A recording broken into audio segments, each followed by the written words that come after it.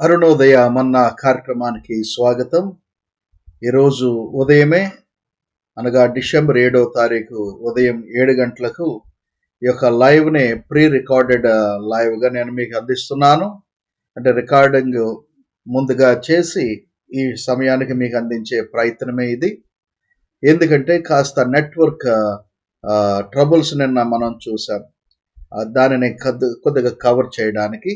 అలాగే ఈరోజు నేను సీతానగరంలో ఉన్నటువంటి సంఘ ఆరాధనను నిర్వహించడానికి, బోధించడానికి వెళ్ళబోతుండగా ఈ యొక్క ఒకవేళ టెక్నికల్ వలన సమస్యల వలన లేట్ అవుతే అది లైవ్కి ఇబ్బంది అవుతుంది, నా యొక్క ప్రోగ్రామ్కి ఇబ్బంది అవుతుంది కనుక నేను ముందుగా ఈ యొక్క లైవ్ నేను రికార్డ్ చేస్తున్నాను. ఈ లోపల ఒక షార్ట్ 1 minute వరకు విందాము. ఒక చిన్న పాటను మనం విందాము.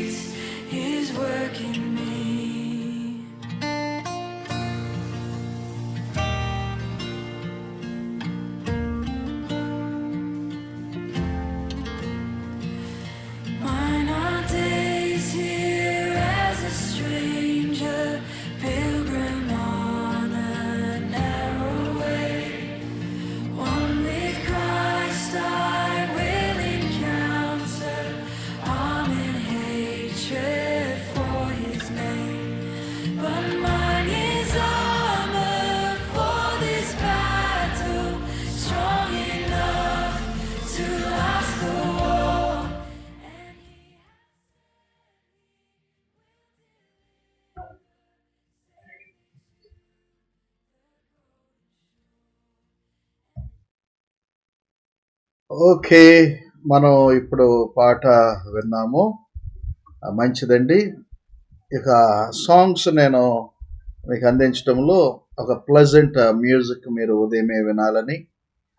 రెండవది, తెలుగు పాటలు చాలా మటుకు యూట్యూబ్లో అవి కాపీరైట్ అవుతున్నాయి కనుక కొద్దిగా అమెరికన్ సాంగ్స్ అవి ఇంగ్లీష్లో ఉన్నటువంటివి, కాకపోతే మనకి లైసెన్స్ అవి ఫ్రీగా ఇస్తున్నారు కనుక వాటిని నేను వాడుతున్నాను.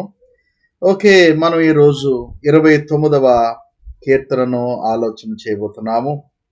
ఈ యొక్క కీర్తన అత్యధిక శాతం ప్రకృతితో ముడిపడినటువంటి కీర్తనగా మనం దీనిని చూడవచ్చు. కనుక 29వ కీర్తనను మనము ధ్యానించే ముందుగా దీనికి బ్యాక్గ్రౌండ్కి వెళ్దాం. దీనిని రాసినటువంటి వాడు మన దావీదు గారే. ఆయన గొర్రెల కాపరి నుండి రాజు అయ్యాడు. ఆ దావీదే ఈ యొక్క కీర్తనలను రచిస్తున్నాడు. ఆయనే ఆరాధకుడిగా కూడా ఉండి రాస్తున్నటువంటిది. అయితే ఈ యొక్క రచనా కాలమును మనము చూస్తే ఎక్కువగా చాలామంది పెద్దలు ఎలాగ దీనిని భావించారనంటే, గొర్రెల కాపరిగుండే రోజుల్లో దావీదు ఎక్కువగా బహిరంగ ప్రదేశాల్లో, పొలాల్లో, ఆయన పచ్చిక బయళ్లలో తన యొక్క మందలను తోలుకొని వెళ్ళే టైంలో లెబానోను పర్వతముల మీదుగా హెర్మోను కొండవైపు వెళుతున్నప్పుడు ఎక్కువగా అక్కడ ఉరుములు, వర్షాలు, మెరుపులు, గంభీరమైనటువంటి ధ్వనులను వినే అవకాశం ఉంటుంది. ఎందుకంటే ఆ యొక్క పర్వతాలు లెబానోను ప్రాంతంలో ఉండేటువంటి పర్వతాలలో ఎక్కువగా ఈ యొక్క వాతావరణం ఉంటూ ఉంటుంది. కనుక వాటిని చూసినటువంటి దావీదు దేవుని గొప్పతనాన్ని వర్ణించడానికి వాటిని హేతువులుగా చేసుకుని రాశాడని కొందరు అంటారు.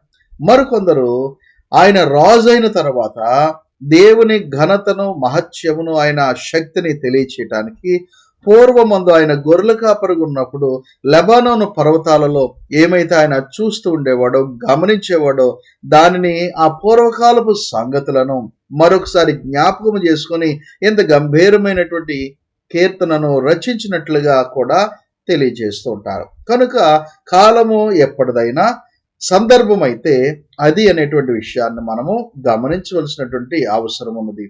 ఈ యొక్క కీర్తనలో దేవుని స్వరము అని మాట్లాడుతూ 7 సార్లు ఆయన ఏ ఏ సందర్భాలలో ఆయన స్వరము ద్వారా ప్రకృతిపై ఆయన యొక్క శక్తిని ఏ విధంగా చూపిస్తాడో 7 వివిధమైన వర్ణనలు ఉన్నాయి. మనము చూస్తే ఎక్కువగా ఈ లెబానోను ప్రాంతంలోని దేవదారు వృక్షాలు, అలాగే హెర్మోను కొండ దగ్గర ఉండేటువంటి ఆ యొక్క వృక్షములు ఎంతో ప్రఖ్యాతిగాంచినటువంటివి. వాటిని పోల్చి కూడా ఆయన మాట్లాడుతుంటాడు.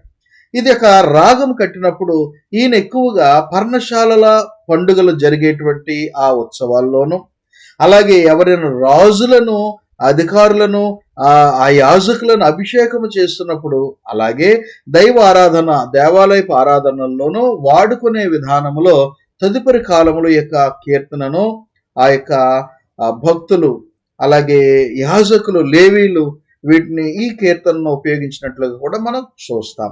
ఇది మిజ్మోర్ అనేటువంటి రాగయుక్తమైనటువంటి ఆ రాగమును అనుసరించి, ఆ ట్యూన్ అనుసరించి వ్రాయబడిందిగా కూడా మనము గమనించవచ్చు. ఇప్పుడు మనము ఈ యొక్క కీర్తన యొక్క స్ట్రక్చర్ సమరీలోనికి వెళితే మనము మొదటి 2 వచనాలని మనము చూడగలిగితే ఆయన ఏమని కోరుతున్నాడంటే దేవుని ఆరాధించుడి అనేటువంటి పిలుపునిస్తూ ఉన్నాడు. ఇప్పుడు ఆరాధించుడి అనే దానిని ఎలాంటి మాటలను ఉపయోగిస్తున్నాడో ఇక్కడ చూద్దాం. ఆయన ఏమంటున్నాడంటే 1-2 వచనాల్లో చదువుతున్నాను, మీరు కూడా మీ బైబిల్లో 29వ కీర్తనను చూడండి. దైవపుత్రులారా, యెహోవాకు ఆరోపించుడి, ప్రభావ మహత్యములను యెహోవాకు ఆరోపించుడి. యెహోవా నామమునకు చెందవలసిన ప్రభావమును ఆయనకు ఆరోపించుడి. ప్రతిష్ఠితములకు ఆభరణములను ధరించుకొని ఆయన ఎదుట సాగిలపడుడి. కనుక ఈ యొక్క మాటల్లో ఎక్కువ శాతం మనం ఏం చూస్తున్నామనంటే ఆయన యొక్క ఘననామమును, ఆయన ప్రభావ మహత్యములను యెహోవాకు ఆరోపించండి. అలాగే ఆయనకు చెందవలసినటువంటి ఆ ప్రభావమును ఆయనకు ఆరోపించండి. ఆరోపించినటువంటి అర్థము ఇక్కడ గ్లోరిఫై అని అర్థం, మహిమపరచుడి అని కూడా అర్థం. అలాగే ప్రతిష్ఠితములకు ఆభరణములు ధరించుకుని ఆయన ఎదుట సాగిలపడుడి అని అంటున్నాడు. అంటే ప్రతిష్ఠితమైన ఆభరణములు అంటే ఒక విధంగా ఇవి పరిశుద్ధమైన హృదయముతో, మీ అంతరంగ హృదయాలలో దేవుడు కోరేటువంటి అంతరంగపు ఆ యొక్క అలంకరణను కలిగి ఎంతో మంచి మనసులతో, పరిశుద్ధ హృదయాలతో దేవుని ఎదుట సాగిలపడి అనేటువంటిది మనం ఇక్కడ చూస్తాం. అలాగే 3-9 వచనాల్లో 2వ భాగము చూస్తాము. ఇక్కడ అత్యధిక శాతము చూచేది ఏంటంటే యెహోవా స్వరం అని వాడతాడు. 7 సార్లు ఉంటుంది. ఈ యెహోవా స్వరము ఉరుములలో నుండి వచ్చినటువంటిది. ఉరుము వలె, మెరుపు వలె, మహాజలములపై ఆ యొక్క గంభీరమైన జల శబ్దములు ఎంత గంభీరముగా ఉంటాయో కొండల మించి ప్రవహిస్తూ వస్తున్నప్పుడు అలాంటి గంభీరమైనటువంటి యెహోవా స్వరమని 7 రకాలుగా ఆయన వర్ణిస్తుంటాడు. ఇప్పుడు మనము చూస్తే 3వ వచనం నుండి 9 వరకు ఈ యొక్క 7 స్వరములను చూస్తాం. మొదటిది 3వ వచనం నుండి, యెహోవా స్వరము జలముల మీద వినబడుచున్నది. జలముల మీద, ఏ జలములు? లెబానోను ప్రాంతంలో కురిసేటువంటి వర్షాలు, వాటిని కురిపించడానికి ఉపయోగపడే మేఘాలలో నుండి పుట్టేటువంటి ఆ ఉరుముల ధ్వనిని ఇక్కడ గంభీరముగా ఆయన వర్ణిస్తున్నాడు. ఏమంటున్నాడంటే, యెహోవా స్వరము జలముల మీద వినబడుచున్నది, మహిమగల దేవుడు ఉరుము వలె గర్జించుచున్నాడు. ఉరుము ఎలాగైతే గర్జిస్తుందో, ఆ సౌండ్ గర్జన ఎలాగైతే ఉంటుందో, మహిమగల దేవుని యొక్క స్వరము ఉరుము వలె ఉంది, గర్జిస్తూ ఉంది. మహాజలముల మీద యెహోవా సంచరించుచున్నాడు అనేటువంటి మాటను కూడా ఇక్కడ వాడుతున్నాడు. మహాజలముల మీద యెహోవా సంచరించడం అంటే దేవుని ప్రభావము ప్రకృతిలో అంత స్పష్టముగా ఉన్నది. మనం మరొకటి రెండోది చూస్తే 4వ వచనములో యెహోవా స్వరము బలమైనది. మొదట ఏం చూసాం? యెహోవా స్వరము జలముల మీద వినబడుతుంది అనేది చూస్తే, రెండవది యెహోవా స్వరము పవర్ఫుల్, అనగా the voice of the lord is power, the voice of the lord is Splendor అని ఉంది. అంటే యెహోవా స్వరము బలమైనది, యెహోవా స్వరము ప్రభావము కలిగినటువంటిది. ప్రభావం అంటే మేజెస్టిక్ అన్నమాట, చాలా గొప్పది. అలాగే పవర్ఫుల్ అంటే చాలా శక్తివంతమైనది. కాబట్టి మొదటిది జలముల మీద గర్జన వలె ఉంది, రెండవది శక్తి బలముగా ఉంది, మూడవది ప్రభావము కలిగినదిగా ఉంది. 5వ వచనమునకు వెళ్తే యెహోవా స్వరం ఎలా ఉందనంటే, యెహోవా స్వరము దేవదారు వృక్షములను విరుచును అని అంటున్నాడు. అంటే ఆయన స్వరమునకు వృక్షాలు పెళ్ళపెళ్ళ విరిగిపోయేంత వైబ్రేషన్ ఆ యొక్క గర్జనలో, ఆ యొక్క ధ్వనిలో, స్వరములో ఉంది. అంటే దేవుని యొక్క గొప్పతనాన్ని వర్ణిస్తున్నాడు, ఆయనకి శక్తిని వర్ణిస్తున్నాడు, ఆయన మాట యొక్క పవర్ని వర్ణిస్తున్నాడు. అందుకని అంటున్నాడు, యెహోవా స్వరము దేవదారు వృక్షములను విరచును, యెహోవా లెబానోను దేవదారు వృక్షములను ముక్కలుగా విరుచును అంటున్నాడు. అంటే ఆ యొక్క దేవదారు వృక్షాలు, సీడర్ వుడ్ ఏదైతే ఉందో అది లెబానోనువి చాలా ప్రత్యేకమైనవి.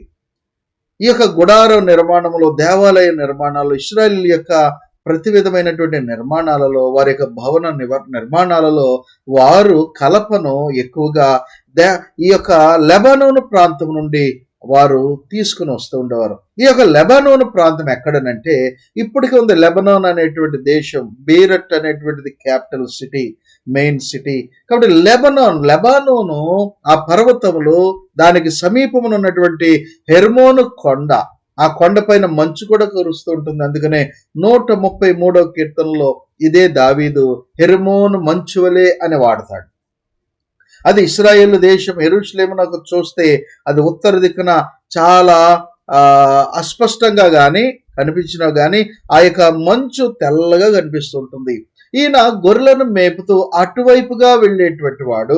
అటు వెళ్ళినప్పుడు ఆయన గమనించినటువంటి విషయాలు కనుక దేవుని యొక్క పవర్ని, ఆయన మహిమను, ఆయన ప్రభావమును ఇక్కడ వర్ణిస్తూ యెహోవా స్వరం ఏం చేస్తుందంటే దేవదారు వృక్షములను విరగొట్టేస్తుంది. లెబానోన్లో ఉండేటువంటి దేవదారు వృక్షములు ఎంత బలమైనవో అవి కూడా మొక్కలవుతున్నాయంటే వాటికంటే ఆ ప్రకృతి మీద దేవుని పవర్ అటువంటిదని చూస్తున్నాం. 6వ వచనానికి వెళితే 5వ స్వరము ఎలా ఉందనంటే, దూడవలే అవి గొంతులు వేయినట్లు ఆయన చెయ్యను. కాబట్టి ఆయన స్వరము ద్వారా దూడలు గొంతులు వేయినట్లుగా ఆ యొక్క మొక్కలు, ఏ మొక్కలు?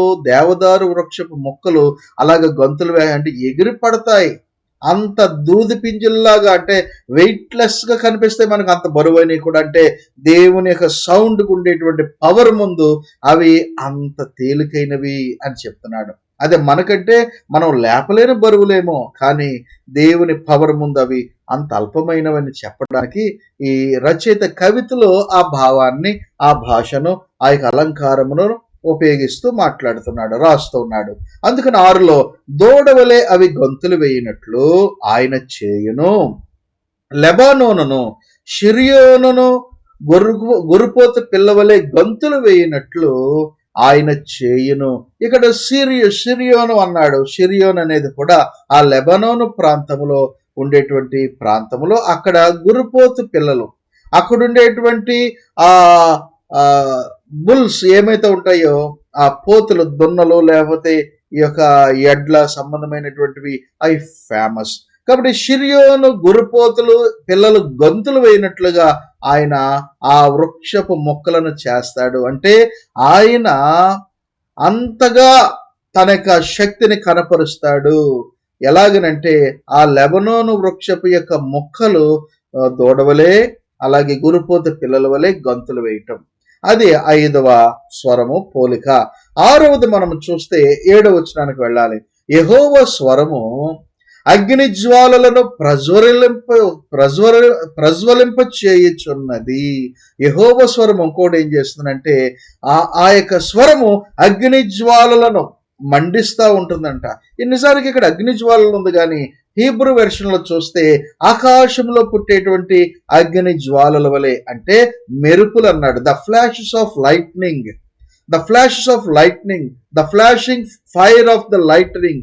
అంటే మెరుపులు ఎలాగైతే ఉరుమునప్పుడు ఆ మెరుపులు ఆ యొక్క నేల మీద తాకినప్పుడు పిడుగు వలె అవి చూపించేటువంటి ప్రభావం ఎంత వెలుగుగా ఉంటుందో దేవుని స్వరం అంట అగ్ని జ్వాలలను మండిస్తుంది, అంటే మెరుపులను మండిస్తుంది. అవి ఎండిన చెట్టు మీద పడిందా? ఒకవేళ ఎండుదే కాదండి, పచ్చిది పడిన మనం ఒక్కొక్కసారి కొన్ని నేచర్ పవర్ని ఆ వీడియోస్లో చూస్తాం. నేషనల్ జియోగ్రఫీ ఛానల్ కానీ లేకపోతే ఈ డిస్కవరీలో కానీ, ఇప్పుడు వాటికంటే ఎక్కువ ఆ కంటెంటే యూట్యూబ్ వీడియోస్లో షార్ట్స్లో ఒక్కోసారి చూస్తున్నప్పుడు మనం ఆ పచ్చి చెట్టు మీద పడినా కానీ అది మొదల వరకు భగభగా మండుతూ కొన్ని గంటలలో మండుతూ పచ్చని చెట్టుని కొన్ని గంటల్లోనే బూడిద చేయటం, బొగ్గు చేయటం చూస్తాం. అంటే పిడుగులో ఆ వచ్చేటువంటి అగ్ని అంత పవర్ఫుల్. మనం మెరుపులు చూస్తాం, మెరుపులు అంటే అవి నథింగ్ బట్ పవర్. మేఘములలో ఉండేటువంటి ఆ యొక్క అణువులు ఢీ కొనటం వలన కలిగేటువంటి ఆ ఎలక్ట్రాన్ల ప్రవాహము, ఎలక్ట్రిసిటీ ఎప్పుడు కూడా గ్రౌండ్ ని చూసుకుంటుంది. అది ఎర్త్ కి రావటము కూడా అదే. ఎర్త్ కి అవి వచ్చి ఏదైతే మొదట తాకుతుందో ఆ యొక్క కండక్టింగ్ నేచర్ ఉండేటువంటి మెటీరియల్ దానికి తాకి దాని ద్వారా ఇంకిపోతుంది విద్యుత్ శక్తి. కనుక ఇక్కడ అగ్ని జ్వాలలను ప్రజ్వలింప చేయుచున్నదంటే ఆయన స్వరములో నుండి పుట్టే ఉరుములు, మెరుపులు, ఆ శబ్దములు అవి ఎంత గంభీరమైనవో దానిని వర్ణిస్తున్నాడు. 7వది మనం చూస్తే 8, 9 వచనాల్లో ఉంటుంది. ఏమిటంటే ఆయన ఆ స్వరం ఏం చేయగలుగుతుందనంటే యెహోవా స్వరము అరణ్యమును కదిలించును. యెహోవా కాదేశు అరణ్యమును కదిలించును. యెహోవా స్వరము లేళ్లను, అంటే లేడీలను, తల్లులుగా ఉన్నటువంటి లేడులను ఏనజేయును, అంటే పిల్లలు పెట్టించును. అది ఆకులు రాల్చును. ఆ శబ్దానికి అవి షాక్లోనేమో ఈ లేడులైతే ఏనుతున్నాయి, అలాగే చెట్టుకుండే ఆకులనేది ఆ సౌండ్ వైబ్రేషన్కి రెజొనెన్స్కి రాలుతున్నాయి. ఆయన ఆలయములో ఉన్నవన్నీ ఆయనకి ప్రభావము అనుచున్నవి. కనుక ప్రకృతి అంతా కూడా ఇక్కడ ఆయన ఆలయం అని దేనిని అంటున్నాడు అంటే ఆయన సృష్టించిన సృష్టి ఒక ఆలయము వలె ఆయన ప్రభావమును పలుకుతున్నాయంట, అనుచున్నవి అనంటే సమస్తమైన సృష్టి కూడా ఆయనను ఘనపరుస్తుంది. 19వ కీర్తనలో కూడా కొన్ని రోజుల క్రితం చూసాం, ఆకాశములు దేవుని మహిమను వివరిస్తున్న, అంతరిక్షము ఆయన మహిమను ప్రచురపరుచున్నది అని చూసాం. నిజానికి వాటికి నోరు లేదు, వాటికి భాష లేదు, వాటికి స్వరం లేదు, కానీ వాటి ప్రకటనలు భూమి అంతా కూడా వ్యాపించి అన్నాడు. అలాగే ఇక్కడ కూడా ఆ ప్రాంతమంతా కూడా దేవుని యొక్క గొప్పతనాన్ని వర్ణిస్తుంది అని చెప్పటమే ఈ యొక్క ఉద్దేశం. కనుక దేవుని స్వరము ఏమి చేయగలిగిందనంటే జలములను కదిలించింది. దేవుని స్వరం ఏం చేస్తుందని ఎలాంటిదనంటే బలమైనది. దేవుని స్వరము ఇంకా ఎలాంటిదనంటే ప్రభావము గలది.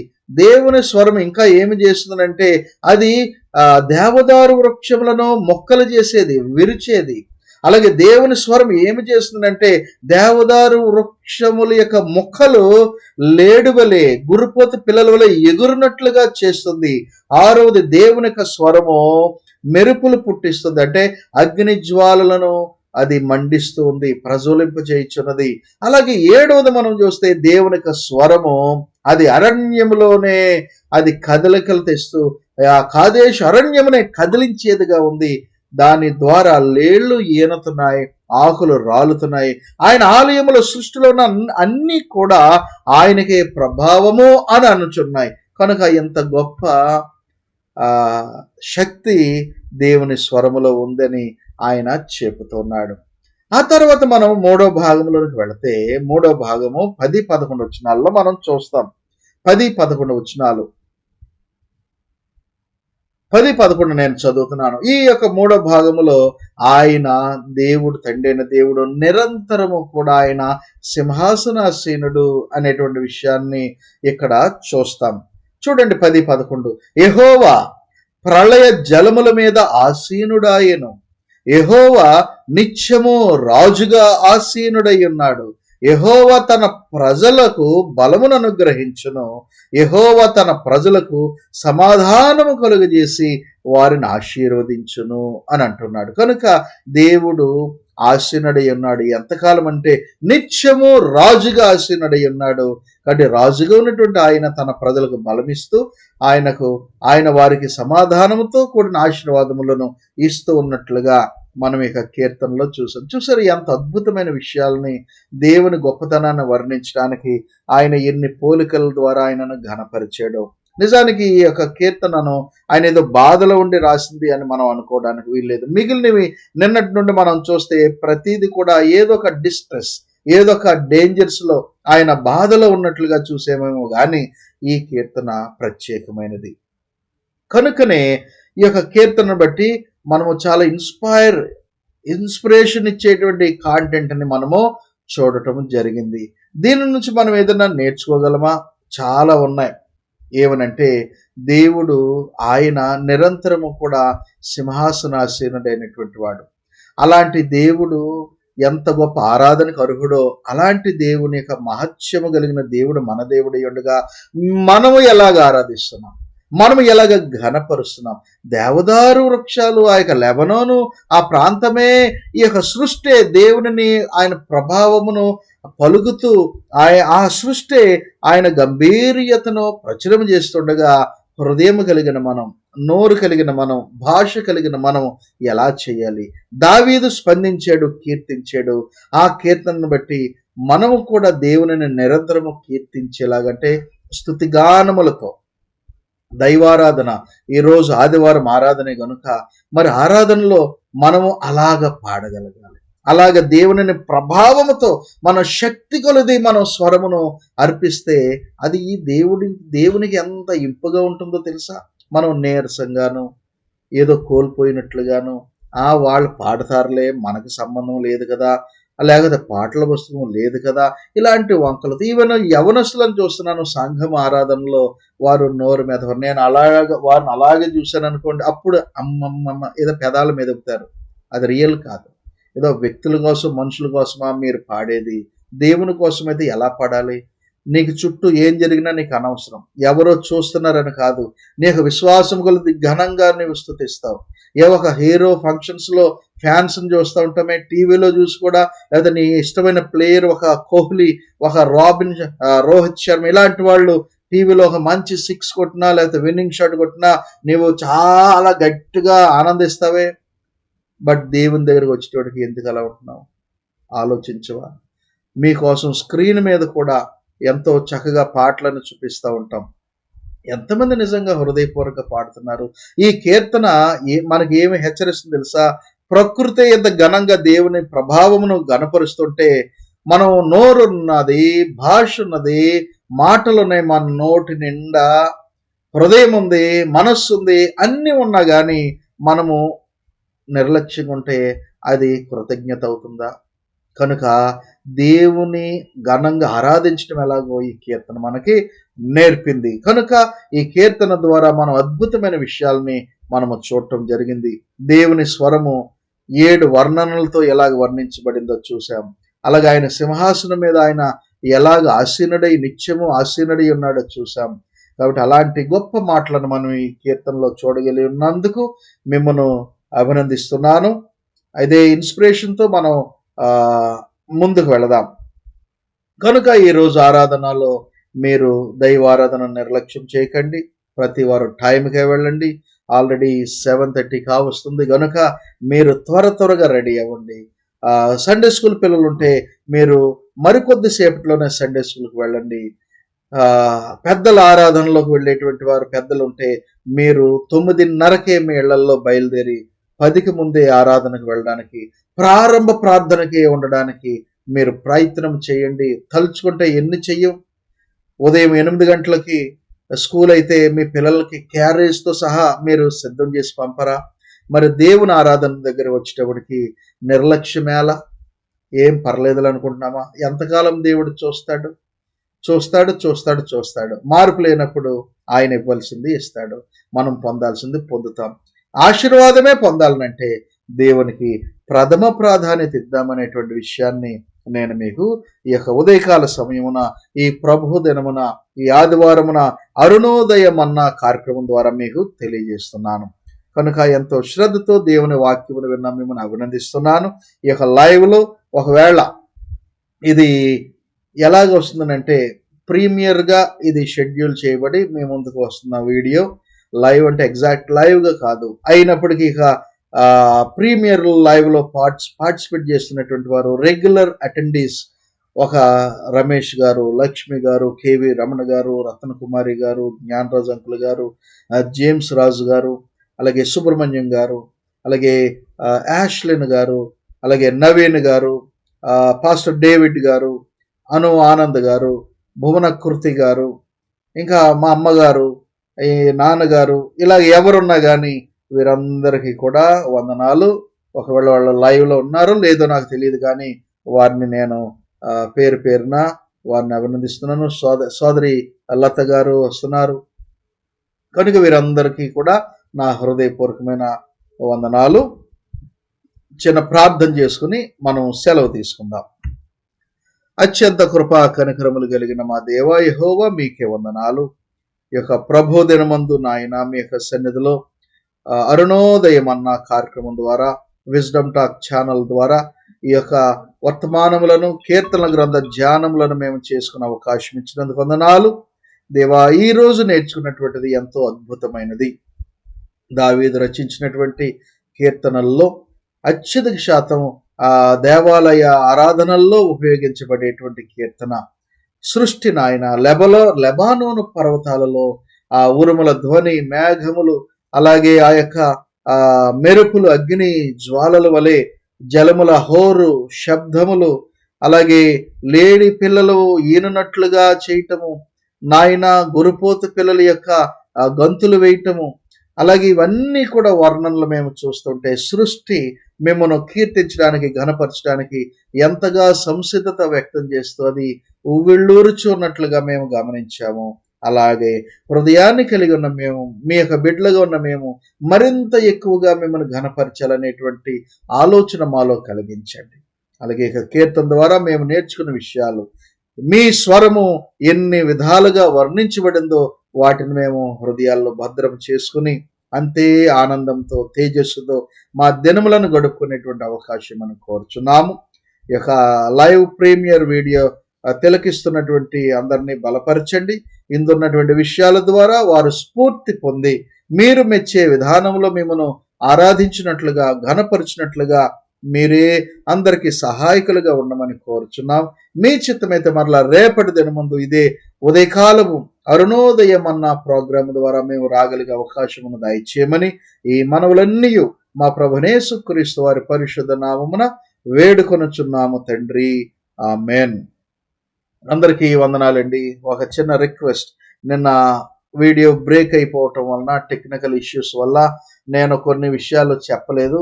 అవి చెబుతూ ఉండగా 7:30 అయిందని నేను ఎండ్ ద బ్రాడ్కాస్ట్ అనే దాన్ని క్లిక్ చేసేటప్పటికి నా మాటలు అయిపోయినాయి కదా అనుకున్నాను. కానీ ఇది ప్రాసెస్ చేసుకుని సాఫ్ట్వేర్ ఏం చేసిందంటే మరలా ఒక 5 నిమిషాలు డిలేలో అన్నీ ఇస్తూ ఉంది.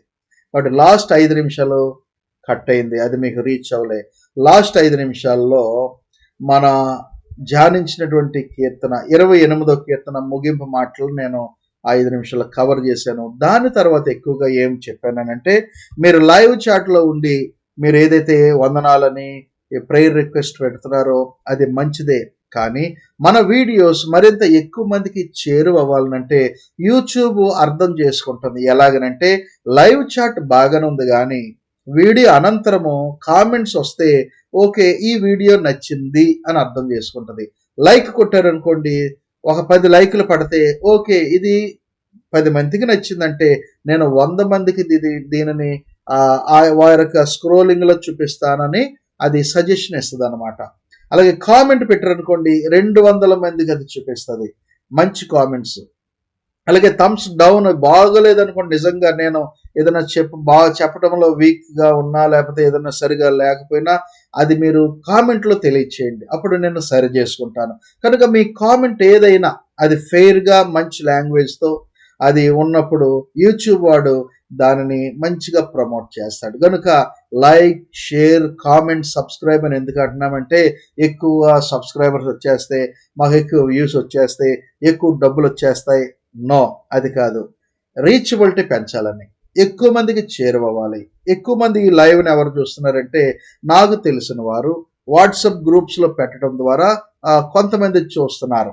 కానీ అసలు నేను పరిచయం లేని వారు చూడగలగాలనంటే నేనంటే ఇక్కడ నేను కాదు, మన ఛానల్ కాంటెంట్ అది కొత్త వారికి వెళ్ళాలనంటే ఈ లైవ్ని రెగ్యులర్గా ఫాలో అయిన వారు బ్రాడ్కాస్ట్ ముగించిన తర్వాత అప్పుడు మీరు మీ యొక్క ఆ వాక్యం ఏదైతే విన్నారో దానిని కామెంట్లో అది మీకు ఉపయోగపడిందో లేకపోతే ఉపయోగంగా లేదు ఇంకా డెప్త్కి వెళ్ళమనో, లేకపోతే ఆ వివరణలో మాకు సరిపోవట్లేదు ఇంకా వివరించండనో, లేకపోతే ఎక్కువ వివరణ అయిపోతుంది మాకు అంత టైం వద్దు వెరీ షార్ట్గా చెప్పమనో, ఇలాంటివి ఏదన్నా మీరు చెప్పొచ్చు. లేకపోతే విన్నటువంటి వాక్యములో మిమ్మల్ని ఇన్స్పైర్ చేసిన విషయాలు ఏమంటే పంచుకోవచ్చు. దాని ద్వారా మంచి కామెంట్స్ ద్వారా వీడియో ఎక్కువ మందికి స్ప్రెడ్ అవుతుంది. ఇది ఒక్కటే నా రిక్వెస్ట్. కనుక మీ యొక్క సహకారం ఆ రూపంలో అందించండి. గత వీడియోస్లో కూడా ఒకవేళ మీరు ఏమైనా స్పందించిన విషయాలు ఉంటే మరలా వెనక్కి వెళ్ళి వాటిలో కామెంట్ చేయొచ్చు, లైక్ చేయొచ్చు, అది షేర్ చేయొచ్చు ఆ లింక్. కనుక ఇది నా రిక్వెస్ట్. ఓకేనండి, థ్యాంక్ యూ. టైం అయింది కనుక ఇంకా సెలవు తీసుకుంటున్నాను. మరలా మనం త్వరలో కలుసుకుందాం. త్వరలో అంటే రేపే ఉదయం కలుసుకుందాం. అంతవరకు సెలవు. May God be with you and bless you. ఆమేన్. వందనాలు.